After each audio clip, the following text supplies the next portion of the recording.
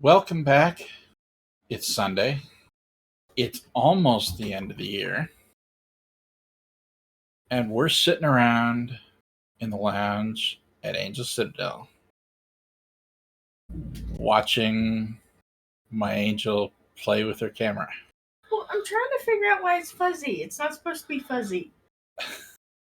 No, I'm the fuzzy one. You're a bear. Now hush. I'm trying to figure out why this isn't working. Hey, you switched the video feeds. Look! It's the video feeds. Yay! High fives. Awesome. All right. So welcome, everybody. It's Sunday. We're hanging out in the lounge. We're going to talk tabletop role-playing games. And, how's everybody week? You I can know, English. You're supposed to introduce us, right? We didn't Oh, man. Hi, everybody. I'm screwing everybody up. I'm Joann Wallace, the Angel of Angel Citadel, and with me today is my husband, Josh Wallace, the who keeper apparently of the keys. Can't remember to do anything. Look, in his defense, it's been a week, and in exciting news, my kids are coming up from Texas, and they'll be here tomorrow night. So, yay! Fun times.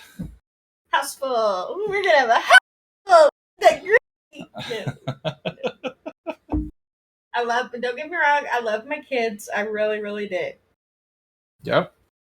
It's just family, you know? That's part of the reason why I don't really like Christmas, is because every time we've had family, it's become extremely stressful. And anybody that has family knows how stressful it gets with family. Especially when I have family that get along about like oil and water. So, today we're talking about two things. Wait, are we talking about two things or just one thing? Is it one big Actually, thing? we're kind of talking about just one. Big thing. It's a big But thing with a couple of different big thing. parts. All right, it's one thing with multiple parts. So Yeah. We're talking about Legos? Sort of. Okay. We're talking about character creation helps. And the one we're going to start out with, and I don't know if people in the audience decide they want to chime in or whatever, we can probably move on to others too. But we're going to start out with alignment. Yeah, that sounds like a good place to start. Alignment. What does that actually mean, Josh? So a long, long time ago, in a galaxy far, far away, hey, it's only fair. there was this game invented called Dungeons and Dragons. Satan's game. Satan's game. Sorry, I didn't live. I lived through the 80s, but I was young during the 80s. Very, very young during the 80s. But I still remember the horror and the terror that even lingered into the 90s about Satan's game. Yep. And it was a world. You're gonna go to hell for rolling those dice. I'm apparently in hell, so you know. Well, you are. It's not that bad. We're not going to go there. So anyway, alignment. Dungeons and Dragons came up with, and I don't know if they actually came up with it or not, but they were the ones I don't remember that popularized alignment being in Warhammer. So it was a grid axis with law versus chaos on one end and good versus evil on the other. And they used 9 blocks: lawful evil, lawful neutral, lawful good, neutral, and then chaotic, to describe something of a worldview. Yes. The idea was that you use it to help guide a character's actions as you're thinking about it, to abstract it from your own mind, your own worldview, your own philosophy, right? So if I'm personally, just about anybody that actually plays TTRPGs or even just surfs the web has seen the memes of the grid. Oh yeah. I don't. Which Lord of the Rings character are you? Or which Star Wars character are you? Yeah. But the fact of the matter is that alignment served a purpose for the game that Gary Gygax wanted to run. Mm-hmm. Let's be honest, all right? I'm going to be straight up honest because that's kind of what we do. If you take any game built by any game designer, they will have a thought in their head as to how they expect this game to be run, this game to be played, because that's what they do. One of the Discord servers I'm on recently was very much, well, I didn't intend for the game to be played this way. It's actually supposed to be played this other way. But if you're having fun, kudos to you. And that is what it comes back to. Are you having fun? Now, one of the problems with alignment is that, one, it's from changing your worldview, in my opinion. So you've got your lawful good that's supposed to be paladin, and what it was supposed to do was to provide structure for the way the character should behave in the world. And deities were supposed to give power. It's not unlike the stories about Jesus or Buddha or the Egyptian gods, the Norse gods. All of these gods and goddesses that we have these mythologies from come into this kind of thought. They each have their own beliefs, their own worships, their own worshipers, and then they had their own alignment. The big problem that came around with alignment, in my opinion, was it became a cudgel for certain GMs that I know of, and other GMs that I probably don't know of, but have simply read about, to beat their players with, to force into following a specific path. If you're good, you're going to do this. If you're not good, you're going to do this other thing. And if you say that you're good, but you do this other thing, well, then your alignment's going to shift. And the thing is that if you actually read the book, it wasn't supposed to just immediately shift. Yep. There was supposed to be what's called a staggered shifting. Right. In Mass Effect, in what's that game? Divinity, Original Sin. You got the Paragon and then each quest the Renegade or whatever had tick marks that moved you along those bars, and that's how it was supposed to be with Dungeons and Dragons. The alignment, you're supposed to be ticking off. All right, you start off at lawful good, but then you start doing things, and then you just gradually tick. And it could be 5 ticks, it could be 10 ticks, but it was always supposed to be a conversation between DM and player, and that often didn't happen. It became a cudgel. Well, and the sad thing is, that's not the worst system ever. It's not. We've seen worse. Alternatively, it also became a scapegoat for it's what my player would, or what my character would do. Chaotic, that's the worst problem. Evil. Just because you're chaotic and just because you're evil doesn't mean you're stupid. Okay? I get that everybody wants to state that Joker was chaotic evil, but let's be awesome. He wasn't chaotic evil. He wasn't lawful evil. He wasn't neutral evil. He was a psychotic murderer. Period. He didn't do it for any evil person would do it for a purpose. He did it because he could. That's not what evil is. That's not how evil is described in any book I've ever read. Some people just like to watch the world burn. and then they need to die. Ugly deaths. Not going. Anyways, I'll get off that because I'll get on that comic book, and we'll never get off. And no, but hey, if you want to watch that, there's a video we did a few weeks back with Zach Norton at from Manapot Studios, and I jumped on that, and I was waving my kudos. Go watch it. Because I'm very opinionated when it comes to comics. I am. I freely admit it.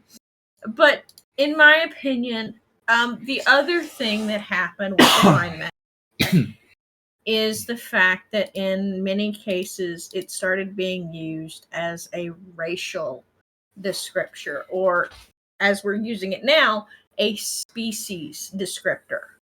Orcs, evil, no redeeming qualities whatsoever. Dark elves, evil, no redeeming qualities whatsoever. Tieflings, evil. We're talking Gygax's time, not the current fluffy tieflings that are running around now. Shadow Fae, evil. I mean, I could sit here and name off all of these creatures that were considered evil and that were simply used chaotic evil or lawful evil or neutral evil as part of their descriptor, and that didn't help. Because there's more to a species or a character. And let's be honest, most of us who've lived this long also know that his time difference, his time was different from ours. And yes, I agree, moving forward, we need to make changes, but crying about what happened in the past isn't going to fix the future. Agreed. It's really not. That's one of the biggest things that I have a problem with about them crying about Wizards of the Coast. No, if you don't like what Wizards of the Coast is doing, make your own damn shit. Seriously. We did it. We backed what? 25 Kickstarters done by indie publishers. People are doing it. Just stop buying Wizards of the Coast. Stop buying Paizo until they change their attitude. Not hard. So, but anyways, back to alignment and our discussion of it. We found a book. One of the Kickstarters, actually. One of the indie Kickstarters is by Creative Sphere Studios. They're really cool people. Do we have their link? Do you have their website? Yes, actually, I do. Because you were going to post that. So we have by Creative Sphere Studios, and it's called A State of Being,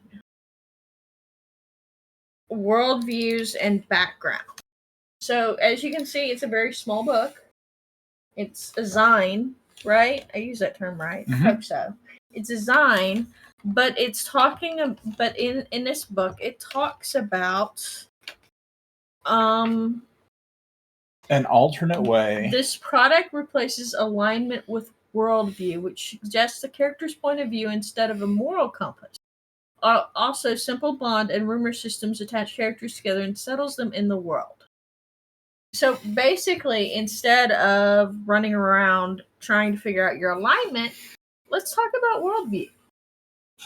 And I really like this book, okay? It's not very big, which is why we're not actually writing a full-sized review, because it's, 30 pages?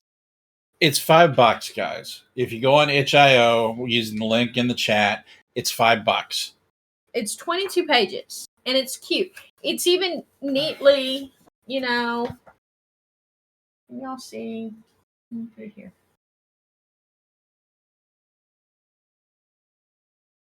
I feel like something fucked with my...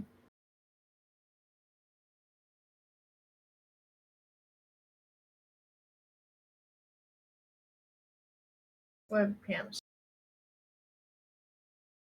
Camera control.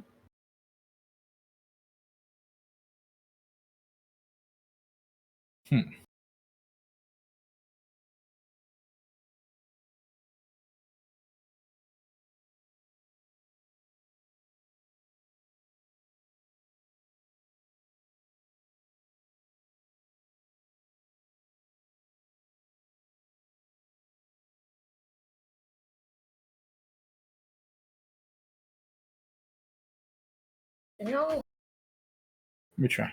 Okay, you try, because for some reason.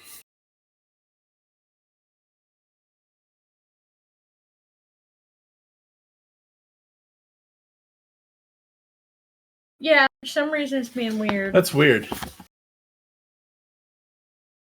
Okay. One of these days, we're going to get enough room and enough time and the rigging, and we're going to get a third camera.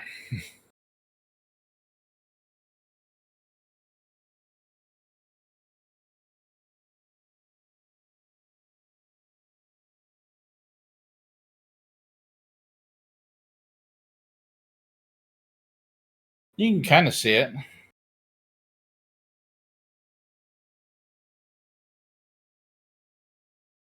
Clothes on my bed. I did laundry. I've got to do it, put them away. But as you can see, it's really cute. Here's little pictures. This one talks about, this page is talking about inspiration, how to use it, and how to give it. So yeah, my room's a mess. It stays a mess. I have more people in my house than I really need. But it is what it is. So let's kind of walk through this a little bit. All right. So first of all, there's worldviews. There's a page of worldviews. So, like, what's a worldview? Give me an example. Like one of these worldviews is called the augur. Truth, regardless of its origin, exists to be discovered. Exploration of knowledge through any means is the best life one can live. This pursuit can follow math, justice, reading, listening to oral traditions, song, dance, and magic.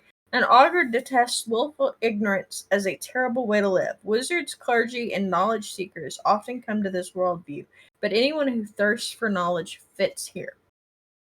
So you've got like a couple of sentences that talk a little bit about the worldview. Then there's what living a good life looks like, what living a bad life looks like, and then the kinds of classes or people or whatever that would come and naturally gravitate towards that kind of a worldview. And they've got how many of these? Let me tell ya. It's like 9 or something. Something like that. Let me hit 1, 2, 3, 4, 5, 6, 7, 8, 9. 9, and then a brief part about creating your own worldview. And it's like, these are really good worldviews, because each of these worldviews you could take and stamp on any setting. Right? That's what I like about this, is that I could use this for any setting. It's set up for like a fantasy kind of a setting, but you're right. You can take it and you can throw it at anything. It's like we've said, who knows how many times in this show. Take and steal and use it in your own setting. Yep.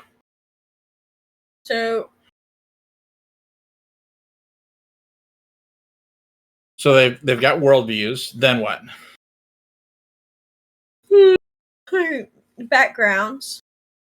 Okay. So after you determine your PC's worldview, you work on their background. So basically, this is like the last portion of character creation in Dungeons and Dragons, is when you decide where your character's coming from, which is kind of cool.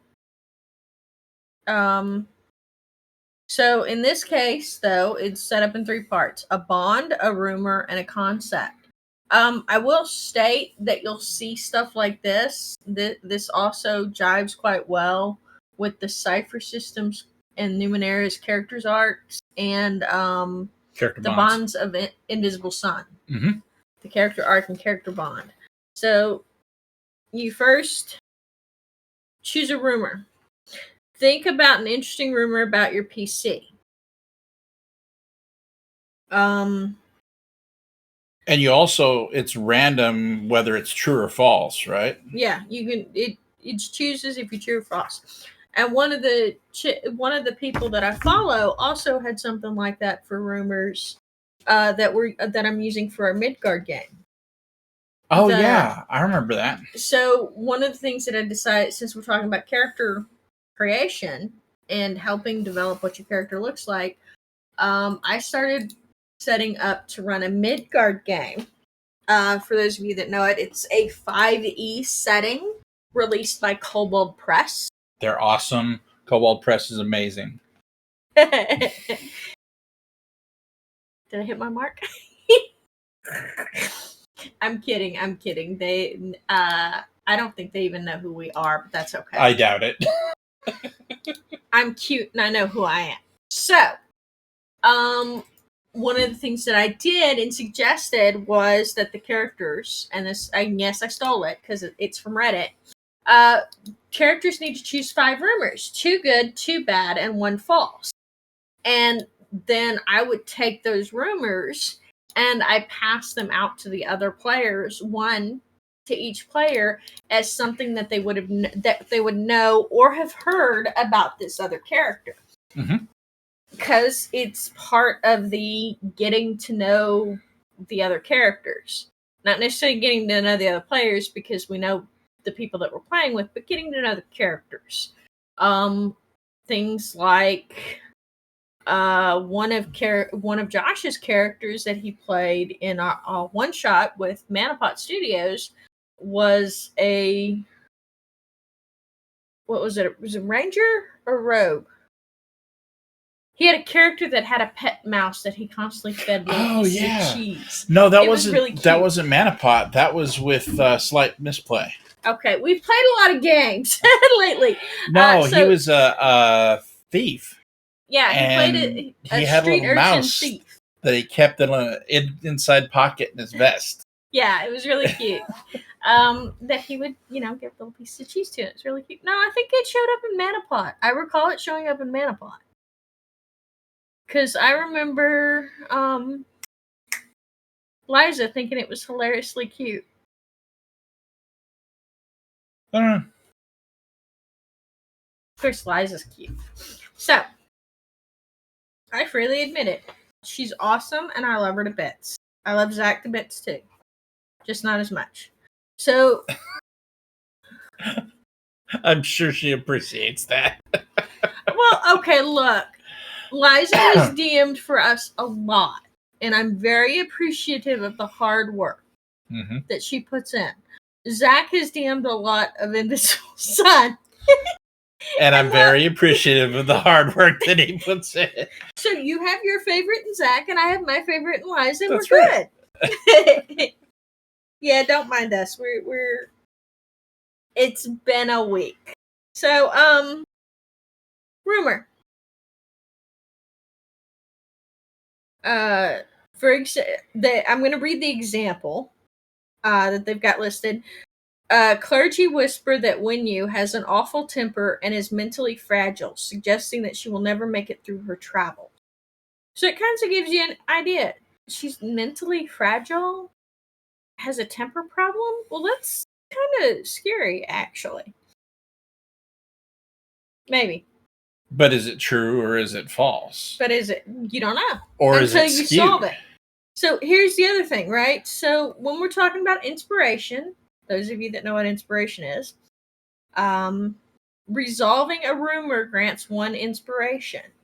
Page 11. So what is inspiration is earned by exploring your PC's worldview and backgrounds during play. You can hold 2 inspiration points during a session, with the narrator granting 1 and a player at your table granting another. So I really dig. Yeah. That was the exact reaction that I had. The GM intrusions. The GM intrusions. Yep. Yeah. Hush. Examples for granting inspiration include a PC resolving an ethical dilemma, invoking their bond with the party, or addressing a rumor. During play, you can spend a point to reroll a check you made or to exceed on an action. Leftover points at the end of the session grant XP. The referee determines this value. They reset to 0 at the start of the next session. So, yeah, I kind of like that. It's pretty awesome.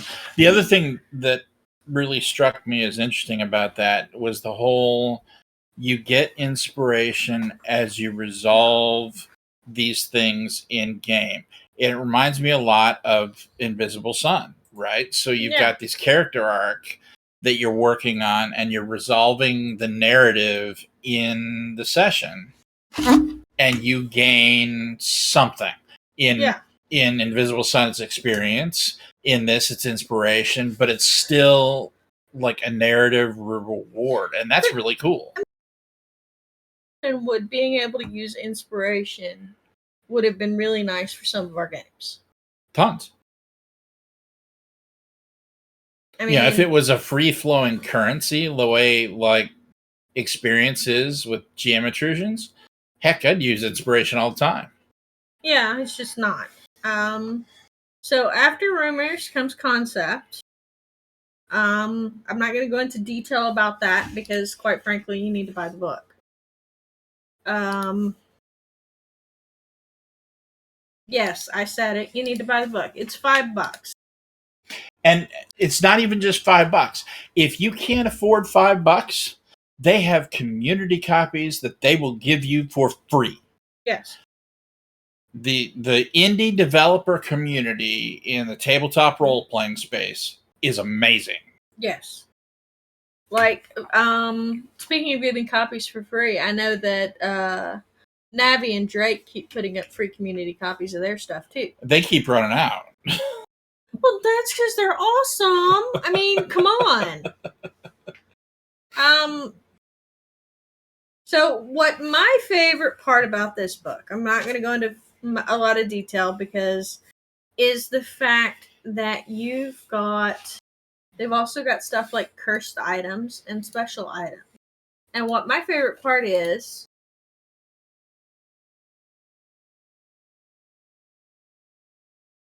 I hate my camera. Random tables. Is random tables. D6s, D100s, and I like my D4s. Yeah. Quick, easy to use tables for GMs to throw at NPCs. Yep. And as a hint, I'm going to be using some of these tables to develop the NPCs that my players are going to be encountering during Midgard. Awesome. Because I think that'll be fun. Because while Midgard is a very lovely setting and there's a lot to it, there are a dearth of NPCs for people to meet that are of the common man. Mm-hmm. So, for those of you that have just joined us, welcome. Glad you're here, hanging out in the lounge with us. Feel free to drop any questions you have in chat. We'll answer them live because we're crazy that way. Yep. And if you don't have questions and are just here to listen to us babble, we're glad you're here anyway. We'll ramble at you. So yeah, a stated being, I really like it. Especially character bonds. I'm very fond of character bonds for the simple fact that it answers the most important gaming question that is ever asked in a game that I've ever played. Why are you together in a group? Because in my opinion, that's the most important question. Why are you together in a group? You know, a long time ago,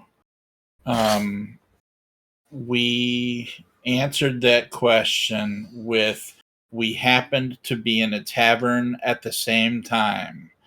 And then years passed and we got bored with that answer. and then we ever go back since to that then, answer. Ever since then, we've been trying to answer that differently. And sometimes it works better than others, but this does a really good job with that. And you know, the games that focus on those character bonds do a really good job with that. It's worth the time. Let me ask you something. Zach's Invisible Sun game has a lot of character bonds. Mm-hmm. How much does he involve that stuff? Tons. It's not even just that, because they each have TV that much. I'm not very good at it. I tend to forget or lose track of time or wander the fuck off to do other stuff because I have an issue with listening to other people play games. Even all of their cast has 2 characters. 4 of them were actually from the past, and 4 of them were from the now. and they're all related. So the character bonds is crazy. I'll give you that. Yeah. I'm going to see if I can fix my camera. So anyway, that is one character creation help. Yeah, are we gonna work? Are we gonna work? Maybe. Yay! Work! I have no idea. Yeah. With the idea being helping you to think about how your character would interact with the world at large. Do you have any others? Things that we've used, things that have helped us to figure that out? I mean, we've already talked about the stuff that we get from Cypher System with the character bonds. The stuff that you can look at from the Dungeons and Dragons, the bonds and flaws and Flaws is a good one. yeah. Long time ago, there was another set of books. Central casting. That's the set of books. So there was this dude named Paul Jakeways. Yes. That wrote a set of books called Central Casting. And it's a series of random tables, but as you go through and you go through all these random tables, it helped you build a background for your characters with random pieces. Like the one I always end up using was Heroes for Tomorrow, the future one. Yeah. Because I played Shadowrun most of the time. And so it'd do stuff like it'd give you a random tattoo or a random piece of gear or something like that. And you'd have these data points that you'd have to somehow connect into a cohesive background. And as you thought about that, you got to know your character a little bit. And that always helped me. Yeah. I mean, the other thing that I'll say is that as much as I might fuss about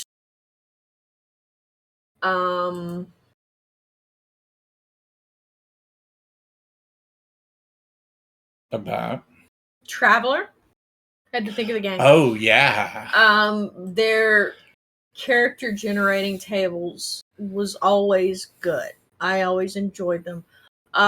So anybody that hasn't played Traveler, you're missing out some. I enjoyed the system. I preferred the D20 version, but the Traveler system is really good. So the way you create a character in Traveler is you roll a die.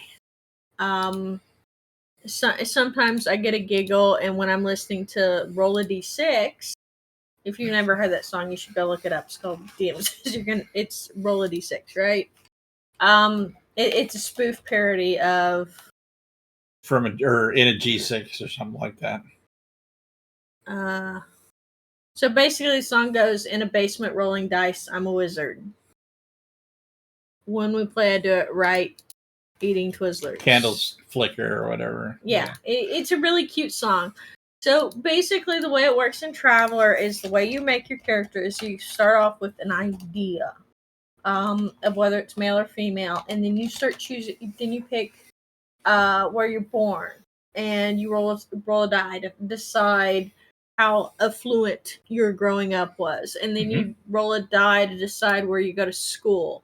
And then anybody that's played Starship Troopers, you have your options of going into a career or into the military. And then you move through your military career or your civilian career based on your dice rolls. Yep. And then you decide at what point you stop leveling in those careers, and you start quote unquote adventuring.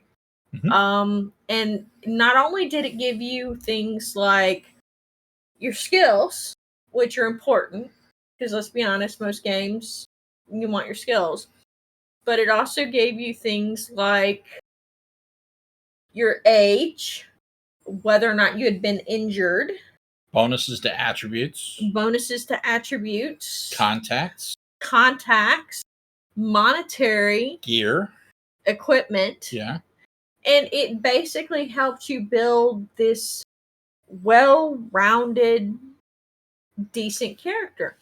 Shadowrun 5th edition came out with something like that called the background system. The background system, running free or live free or live running life. It's the runner companion, the player's supplement. Run player supplement. Come to me, Google. What is it called? Anyways, it basically, you went through for the Shadowrun one, you go through and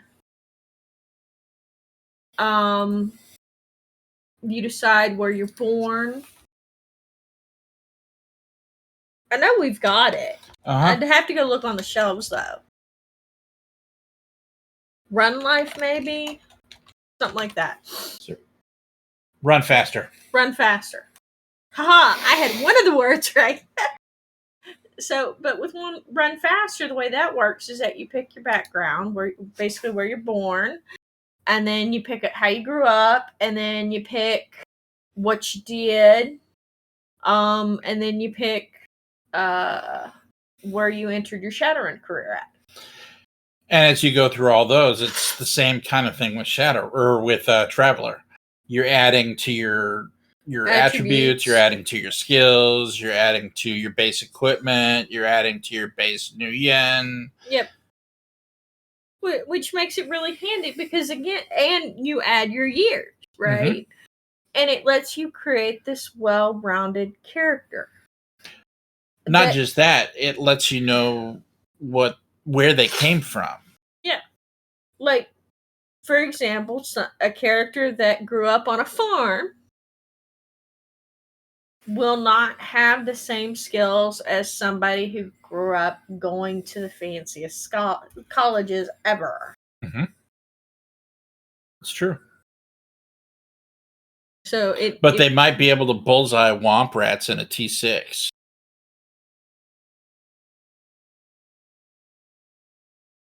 What? Okay, look.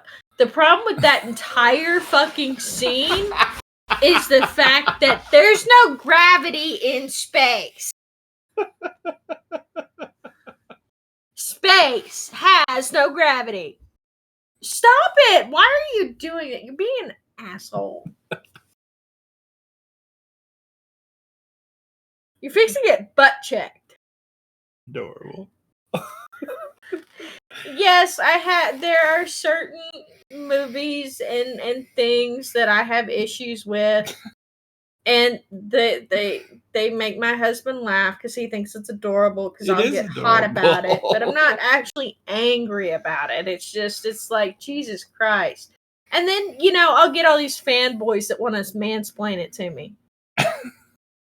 Like, I don't care that Luke didn't look good in his pilot suit, okay? Look, he looked like a little kid playing dress up in his daddy's clothes. Just saying. But there's a big difference between shooting swamp rats on a deserted planet and shooting missiles in freaking space. Yep. I love you. And you know what? I stand by my statement.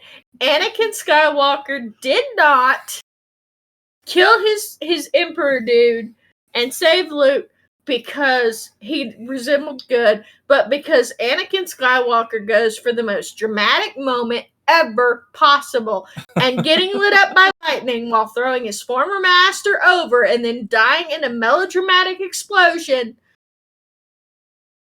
or just before the Death Star blew up again, is extreme, okay? Like, seriously, him flying in, standing on top of a TIE fighter with his cloak flapping. You know what else space doesn't have? Wind. Do you know why his cloak was flapping? Because he was using force to make his cloak flap. Because it was dramatic. Well, yeah. That's the only reason to use the force. It's like that scene where he's feeding Amidala or whatever the heck her name is with that peach. Pedophilia.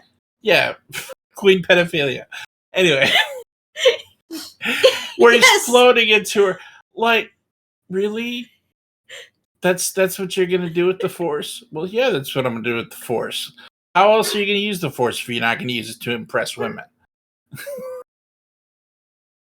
You're flying in a TIE fighter, right? Your cape's flying behind you with no air because you're using the Force. What are you doing? You're impressing the troops. What the heck else is the Force for? Look, I'm just, just saying. And yes, for those of you that are just now turning in that are not familiar with our show, this is basically what our show is. We will start off with the topic, and then we will randomly go off onto different topics. About the only time we've managed to stay on topic is when we've had our friend Fook in the audience talking to us because he asked questions. Well, yeah, I mean, if you've got questions, please drop them in the chat. We're happy to answer them. If not, we're going to ramble at you. Welcome to 1-800-RAMBLE. I'm your host, Dick Clark. Oh, my goodness. Oh, so earlier today, I had to get up to turn the lights on for the pizza that was getting delivered, even though I shouldn't have pizza because pizza's like very bad for me because I'm having weed issues. Mm-hmm. But I was craving pizza. And Josh mentions that I should probably get one of us to turn the lights on. And I just lifted up my hands and went. Now, anybody from my generation would know what this meant. Because in, the 90s? Yeah, I want to say it was the 90s. Yeah, there was this invention created called, guess what? The clapper. Mm-hmm. Really great name, guys. Really. Perfect, yeah. And basically the whole premise behind it was clap on, clap off, clap on, clap off, the clapper. You were supposed to be able to clap your hands and it would either turn lights on or off. Mm-hmm. It obviously did not last very long because it was like up for a season maybe? Something like that, And then it just completely vanished and you can't find it anywhere because it failed. It was an epic failure. Partially because of the name, partially because their engineering crew screwed up. But still. And there's a lot of other old jingles, and I'm not going to get into those. But yeah. So, and he just looked at me and just made this face, like, how dare you? It's like, what? So I got up and I turned the light on for the pizza, and it came, and I had pizza, and now I'm paying for it, but that's okay, because I still got pizza. I'm like, nobody lives forever. Give me that another slice. YOLO, y'all. No, not YOLO. I'm too old for that shit. It's Carpe Diem. Seize the day. Carpe cake'em. Seize the cake. Yeah. Anyways, so, I don't remember what we were So, yes, I have a lot of passionate views about a few things. Mostly things that people typically accept as truth. I am going to state that I will never deny that Gary Gygax was an asshole. Because he was. Anybody that's read anything by him outside of the D&D stuff, seen any of his interviews, he was an asshole. But at the same time, the dude's dead. What are you getting by pissing on his memory? Absolutely nothing except your feet wet. This is true. That's the other thing, by somebody wanting to have a meltdown about what's his butt. Crap. The old guy. Superheroes, the old guy. Oh. Excelsior. Um. It's contagious. Spider-Man.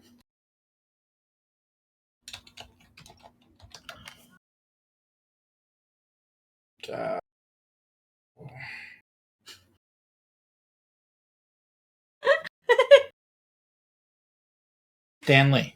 Stanley, yes. So a lot of people wanted to claim that Stanley was this and Stanley was that, because in an interview, he was asked a question. The question was, would Peter Parker ever be gay? And he said no. Peter Parker would not be gay. He didn't say Spider-Man couldn't be gay because he had, what, 5 or 6 dimensional copies of the comics of Spider-Man, and there was one where Spider-Man was gay. And he was dating Deadpool. So he never said Spider-Man couldn't be gay. He just said Peter Parker wasn't gay, which was a fair assessment because he was deeply in love with Mary Jane and Watson. Gwendolyn Stacy. Spider-Girl or whatever? Yeah. Yeah. And I'm going to say this, and it's going to sound really sexist, but they should have just gotten over themselves and just had a trifecta and called it a day. I'm totally not touching that. I mean, come on. Death by Snoo Snoo. Yes! You know what's funny is how many situations that statement, death by Snoo Snoo, applies to.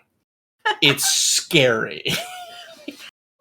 Okay, the reason why I say that they should do a trifecta, and there were a lot of superheroes that I would say the same thing about. Superman was one of them.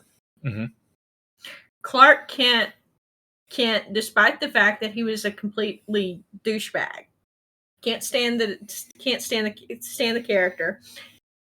He would have benefited more from a trifecta between like Lois Lane and Hawk Girl. All right, there are a lot of and there's a reason for it, right? Not because it was the whole 2 girls and 1 dude, because I don't care if it's 2 girls and 1 dude, 2 dudes and 1 girl, or even 3 dudes.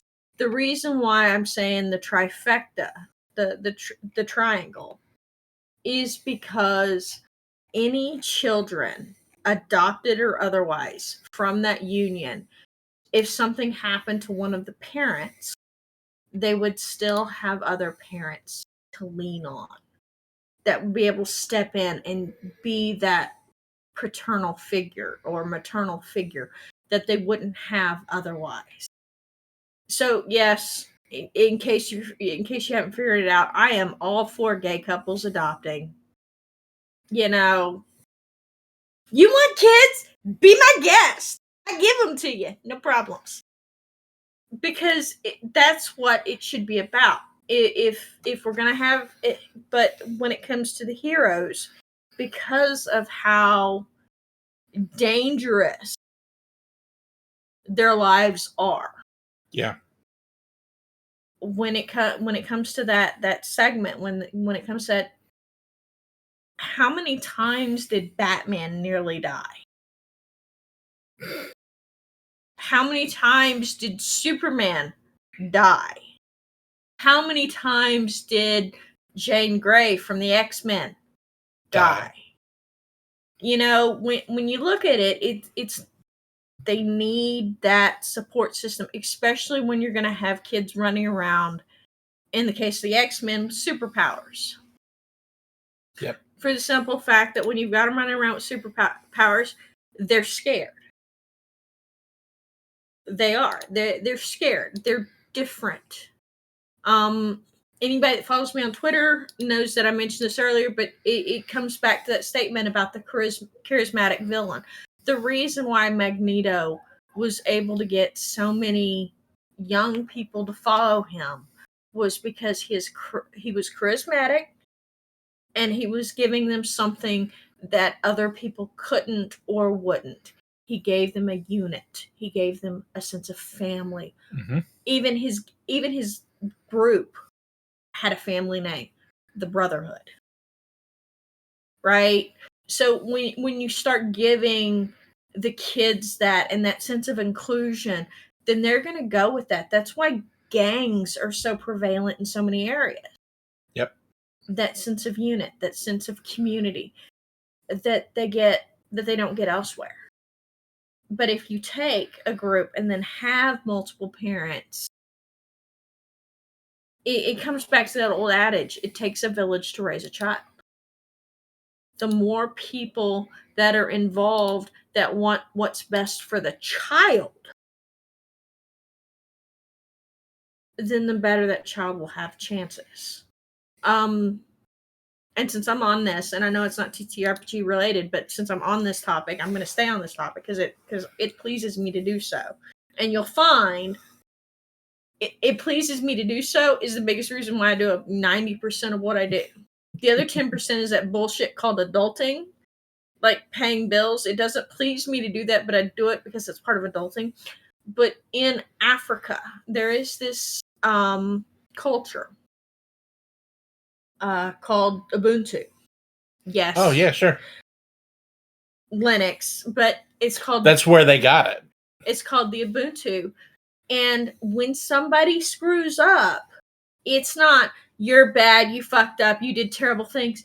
They gather as a unit and tell him how good of a person he is and talk about stuff that he's done that was good because they firmly believe that that's what somebody who does bad needs, is a reminder of how they're actually a good person and that they just made a bad choice. And in my mind, if you can't give that to your kids, if kids aren't going to get that, then why the fuck are you having kids? But if you can give them to kids that would give them that, would give them that love and that sense of stability, then you would see a lot less crime because they'd be loved and they'd have that sense of stability. Because if you look at every crime that's committed and trace it all the way back, it comes back to how they grew up. And I'm not talking just, oh, well, I grew up on the street, so I'm a bad person, but also the kids that were given everything with the failure to provide consequences. When you have a kid that's entitled and comes from affluent people and has this and that and then is sheltered from the consequences of his choices or her choices and the consequences of their actions, then what's to stop them from continuing to do the wrong? Nothing. That's right. So I'm going to get off that soapbox because I know it makes some people uncomfortable, but that is one of my big soapboxes. Because I also say, if you're pro-life, then maybe you should be pro-adoption and start giving those parents that want kids the opportunity to adopt those kids that are in the system already. Just saying. What? I'm serious. I know you're serious, and I agree with you. If you want people to have kids, then you need to provide with them the ability to have them. We've had that conversation. If you're going to take kids away from their parents, or if kids are going to lose their parents or have lost their parents, then you need to make it more streamlined for the kids to be adopted or fostered. Mm-hmm. Well, adopted specifically because it's easy as shit to go down to foster a kid. Yep. There's literally, I could go down today and sign about a half a mortgage's worth of paperwork and foster a kid, no questions asked. Because they're that desperate. And the reason why they're that desperate for foster parents is because the people that want to adopt can't. Or the people that want to foster can't. Mm-hmm. For various reasons. Usually the people that are doing it are using it for to push their own agenda. But that's another soapbox that I'm not going to get on tonight. Now we'll save that one for another night. Yeah, there's a few specific soapboxes I have, and most of that's because of the issues that I've seen personally. It's not, oh, well, I read it on a news article, or oh, I saw it on a Facebook post, or.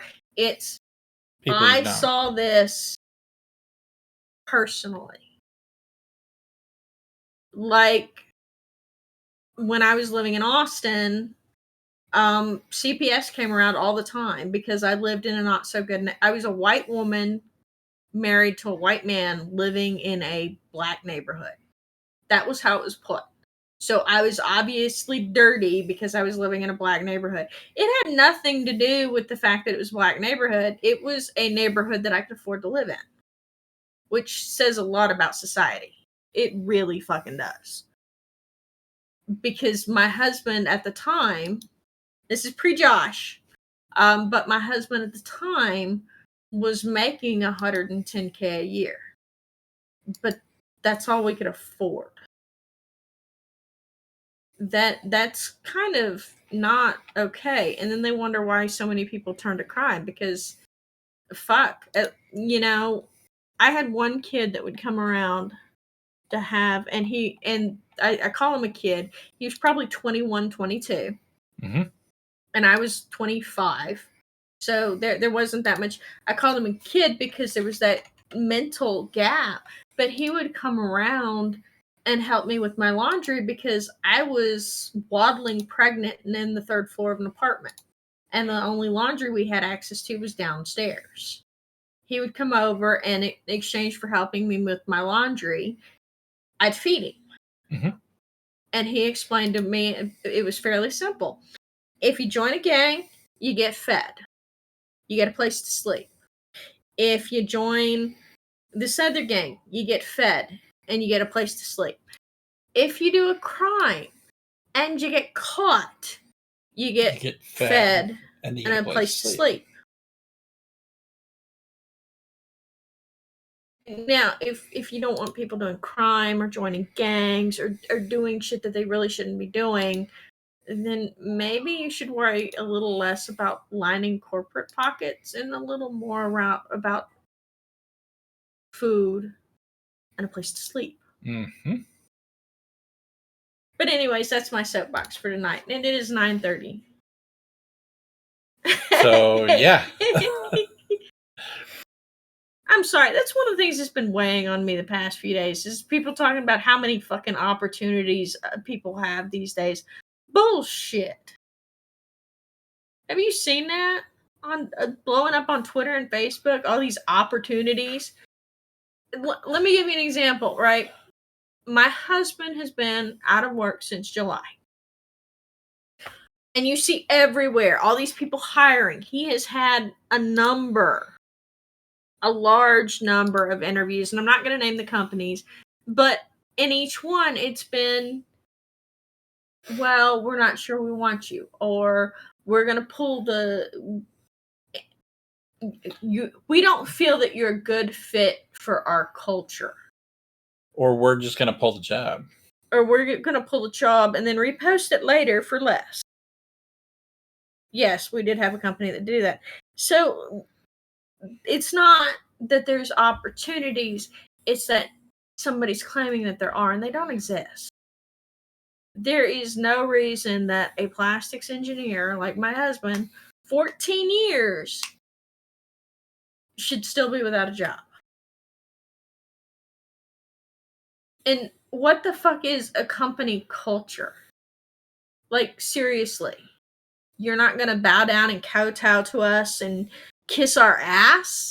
Is that the kind of culture you're trying to talk about? Because that's all I know is that when somebody talks about their company culture, they're talking about somebody kissing ass. It doesn't work that way. If somebody who's got the experience you want and you want them to fit in your culture, maybe you should tell them what your culture is. Because let's be fucking honest, you're not India, right? Nope. We're not talking about going to India. This is an American corporation. That means, oh wait, it should be American culture. Except all the people, because that's what we're supposed to do. We're not Indian or Japanese or German or. So what is this whole company culture bullshit? There shouldn't be one. It should be you come in and you do your job and you get paid to do your job. And that's where it ends. Your loyalty to your company begins and ends with that paycheck. Because no matter how much they might try to push that whole family line, they're not family. They don't care. That you might make friends at work, but you can't sit there and say that Joe Blow on the factory floor is going to be personal friends, buddy, and have dinner with the CEO. That's not how that works. It's you do a job, you get paid to do the job. And you do a good job because you're getting paid to do a good job. The rest of it, that's fluff and unnecessary fluff. Because I already know that if somebody asked my husband if he would give up me for that job, it wouldn't happen because I'm his wife. That's family. You're just offering monetary compensation for his time. All right, that's my other soapbox. I'll get down now because I want a snack. And Well, all right then. Maybe that's what's wrong with me tonight. I'm hungry. You're hangry? Dude, I've been hungry all day. Apparently it's contagious because I was like that, 2 days ago? Yeah, I don't know what it is. I've been, okay, so we found out, well, we didn't really find out because the doctor that I normally see isn't seeing anybody right now. But we got an inkling and a fairly good idea that I might have wheat intolerance. And symptoms point there. And so I've reduced my wheat intake and reduced my bread intake. And then I swapped to making fresh bread. And oh my God, it's so good. I love fresh bread. And everybody in the house does too. So it's a win-win there. But so I started reducing my wheat intake. And tonight, when I had 3 slices of pizza, that was the first time I had wheat that I hadn't made. Mm-hmm. But I've been hungry, right? And now I'm not as hungry, but instead I'm feeling bloated and kind of blessed. So I don't know. Yeah. But a side effect of changing my diet has also been that my husband's diet is changing, so we've both been kind of hungry, and yeah. And then hangry. Dude, I'm not allowed to get hangry. I made my son look very sad because I got hangry. And so when I get hangry, my temper gets short, and I tend to be growly and a little snappy. Mm-hmm. And he got sad, and I felt bad, and I apologized, and we hugged, and he gave me a hug, and that's a rare thing for him, but it was really nice. But I realized that I can't be hangry, so I've been buying snacks. Yay, snacks. In this case, these are the caramel Quaker rice crisps. They're basically mini rice cakes. Because I can't stand the big rice cakes because they taste like ass. I'm sorry if you people out there like them, but they taste like ass. And it's like the angry water. I don't need that kind of negativity in my life. I've got enough problems.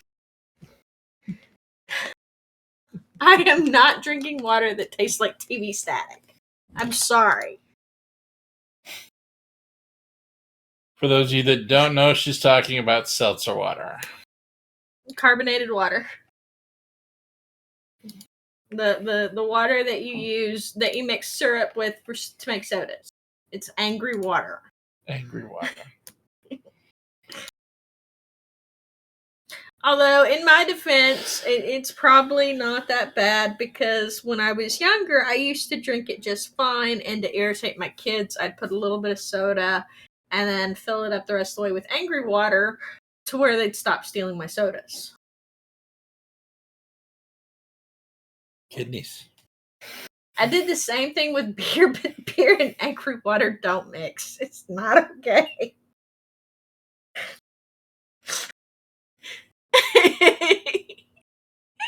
Beer and angry water do not mix. It makes the hops worse. And I was belching for days. And I'm not talking the daily little noises that you'd expect a woman to make. No, I'm talking the full-blown, gut-wrenching blurg noises. It sounded like a fucking train in a tunnel. Oh, God. So, but yeah, public service announcement, angry water and beer doesn't mix. Although angry water and wine isn't bad if it's the right wine. You want to go with a sweet wine, not a dry wine. Things you wanted to know from your role-playing purveyors. I'm sharing. Yes, you are. And it's adorable. All right, and so what's next on our list? All right, our next thing. We're doing what? Halo on Friday? Halo on Friday. We are not doing this next Sunday. We're not doing it next Sunday because it's the 26th, and we will probably not be doing it the following Sunday, the 2nd. I don't know yet. It depends on how I feel after New Year's. Because New Year's. Crap, it's only 2 weeks away. I know. It's weird. So and Christmas, we are... That's the other thing I did. I'm so terrible. So I've got family coming in, and so I'm going to have 9 people in my house. Oh. So after 9 people are going to be in my house for Christmas, I decided that I'm not cooking this year. This bitch is done, right? I have cooked Thanksgiving and Christmas every year for 20 some odd years. 36 years. 36 years, huh? Yeah, because I love my dad, but if it wasn't beans or steak, he had no idea how to cook it. Or spaghetti, you said. Or spaghetti. Well, that was more my grandma, but anyways, my dad couldn't cook. I had to go get lessons from my aunts and my school teacher back when, there was home economics. So that's how I learned a lot of my cooking, and my grandmother, obviously. But anyways, so 9 people in my house, we decided that this year, instead of spending the money because the price of meat's gone up and the price of everything else has gone up, we are going to go and have Chinese food for Christmas. I already talked to the dude, and he's all like, yeah, great. And the dude was like super excited and happy because, no, I'm not. Because I have my oven, which is okay. But then the amount of food that I would have to prepare meant that I would be in the kitchen all day on Christmas Day. And this bitch is done. And I'll be honest, when it gets down to where it's just Josh and I, and we're the only 2 for Christmas, I don't know that I'll cook. I might get like a little ham, because it'll be just the 2 of us, and do a little bit of mashed potatoes. But we were talking about having to buy a 10-pound bag of potatoes. Yeah. And a turkey and a ham and a lamb, because of the timing situation, and then the rolls. I would have had to have started early in the morning and made multiple batches of fresh bread, because Daniel, my loving, wonderful son who's coming up, it has the same affection for fresh bread that Jacob does. Oh. Yay. So much spread very well. But yeah, with that many people in the house, we're going to spend. I will cook Christmas Eve dinner. Even though there's going to be a lot of people, but I'm probably just going to do like a ham and green bean casserole and mashed potatoes and call it good. And then, Single meat. one single big ham because I can get one by then. Yeah, there's like no ham that's not spiral sliced available up here. And I don't know if anybody's actually done spiral slice, but it gets really dry very easily. Mhm. And yeah, just it's chaos. It's not okay. I don't like it. But yeah, that's gonna be our plans. Depending on how I feel this when the second rolls around, we'll decide whether or not we're gonna do the lounge. We'll probably play Halo. We'll play Halo because I'm gonna need to shoot aliens.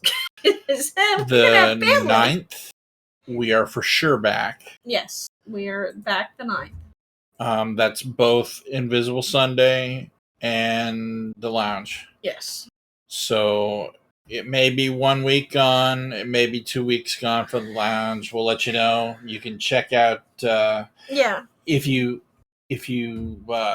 subscribe to this page, the Twitch, there's a schedule. Heart. The Heart. like. If you heart us, if you follow us, yeah. There's a schedule. You don't even have to heart us. I just prefer if you do. Please heart. Yeah, we'd love it if you heart us. Cute. I don't expect anybody to give us money. We're not asking for money. That's not our gig. I mean, if you really want to, there's ways you can. If you, it's in our link tree. In our link tree here. But other than that, yeah. All right. You can subscribe to our Patreon. You can give us coffee. You can do whatever, but you don't have to. That's not why we're doing this. No, we're doing it because we love you guys and we want to give you guys, I don't know, rambling. The other thing is that we will be back after the new year doing reviews again on the blog. Yep. On the blog. And it comes back to that. We want to give you guys the chance to learn the information that you not necessarily would get. Particularly since we're talking about giving money to indie publishers. I think our next review is what? Wicked Ones? Yes, Wicked Ones. All right, so our next review is going to be Wicked Ones by Josh. Josh is going to review it. And then the following review will be done by me. It'll be a book called Honey and Hot Wax. Ooh. Because I've decided I'm going to do it. And sounds good. If people get weirded out by it, well, that's just too damn bad because I love that book. So for those of you that want to look that up earlier, the guy that you're looking for is Joann Biswas. I probably pronounced that wrong. I'm sorry, Joann. We love you.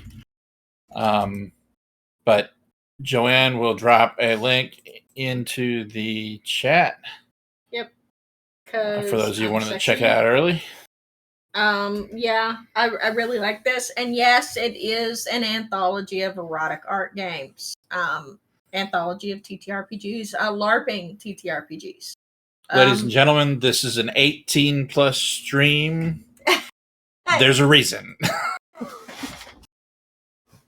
Yeah. We labeled this stream as mature. My YouTube